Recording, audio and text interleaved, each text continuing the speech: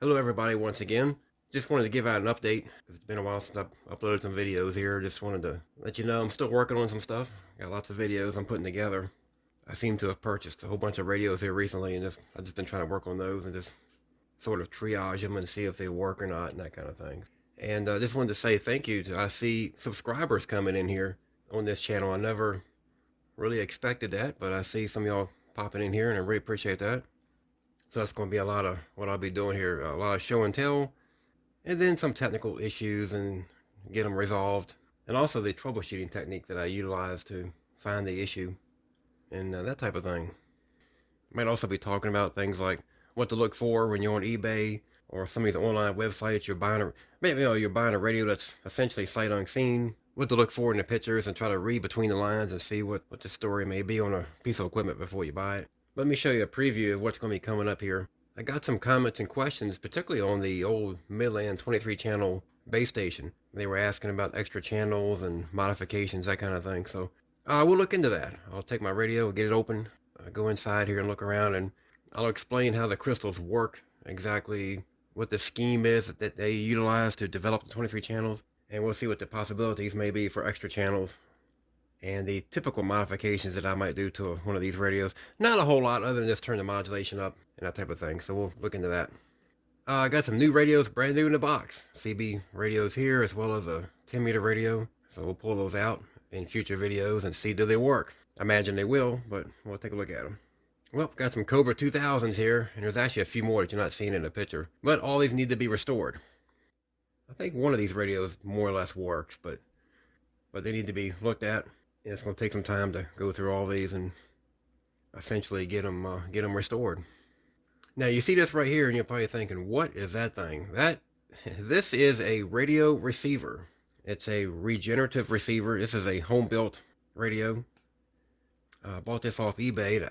I want to say I've got 4 of these. I got different versions of it. There's an eBay seller who offers these up on eBay and sells them. You can change bands by changing the coil that you see plugged in there. The coil that you see plugged in right now is for the AM broadcast band, which is typically where I run this radio at. But I will show you all these, and I'll show you all the connections and how to get it up and running. Best practice for getting it running and have it work correctly. It's a really good receiver. It stays on frequency, it doesn't drift around.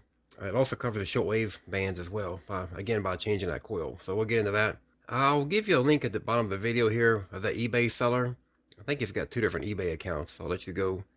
You'll be able to jump ahead and start looking at what he's got to offer. I think his first name is Dwight, out there on the West Coast, so check it out. And I bought a few of these Ace radios. I recall when these things were around back in 2008, 2005, 2006, like time frame.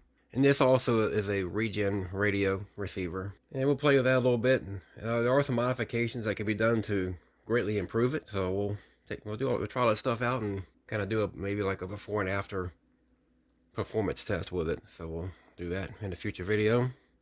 And this is an ICOM 736, a fresh purchase from eBay on all bands. No receive, no transmit. So I have my suspicion of what it might be. We'll take a look at that. And I broke down and purchased one of these radios.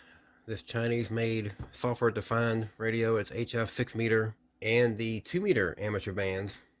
And it goes up to 200 megahertz. I suspect this thing transmits everywhere on all those frequencies, but we'll put it to the test and see. Haven't even tried that yet. It does transmit on 26, 27 megahertz, so I did notice that. It does go out of band as far as like the 11 meter band, so. And I'll give you my first impressions and that kind of thing with it. Very interesting piece of equipment to own and operate. It's a little bit different. It keeps you on your toes, and I will explain what I mean by that. I've had it for about 3 months now, so very interesting radio to mess with. This is a ICOM 9100. One of these things so bad when it first came out back in 2011. This is a HF 6 meter all mode 100 watt, which you might expect, but it's also 2 meter band all mode 100 watts and 70 centimeter all mode 75 watts. And this radio really was designed more for the low Earth orbiting satellite space communications type of setup. At any rate, I bought this off eBay, again kind of at a price I couldn't turn down. It does have an issue. It works on 2 meters and 440 just fine. And while HF in 6 meters effectively has no receive or transmit, although it does hear me just a little bit if I transmit on another radio next to it. And if I go to transmit, this does seem to be trying to transmit out. I get a pretty high SWR, even at very low power levels. I suspect this radio may actually be working. I have my suspicion as to what's wrong with it. So we'll get this thing apart and we'll see if my suspicion winds up being true. This is a 1930 Philco Model 20. And you can see where it's missing a knob right there. Another eBay purchase. This radio has a little secret. So when I do the video, I'll show you what that secret's all about in this thing. Alright? And these right here are kits. Electronic kits that need to be put together. I have an awful lot of those. I got radios, transceivers. Looks like one of these in here is a monoband 20-meter radio for CW. And I believe I also have something like a 5-band digital mode transceiver I need to put together as well. Could be used for digital modes like the whisper mode, WSPR mode, or maybe some RTTY and that kind of thing. So we'll need to put all that together. These are clocks I put together typically. You can see a picture here, and I'll show you some video clips here of them running. You can see where they're up and running.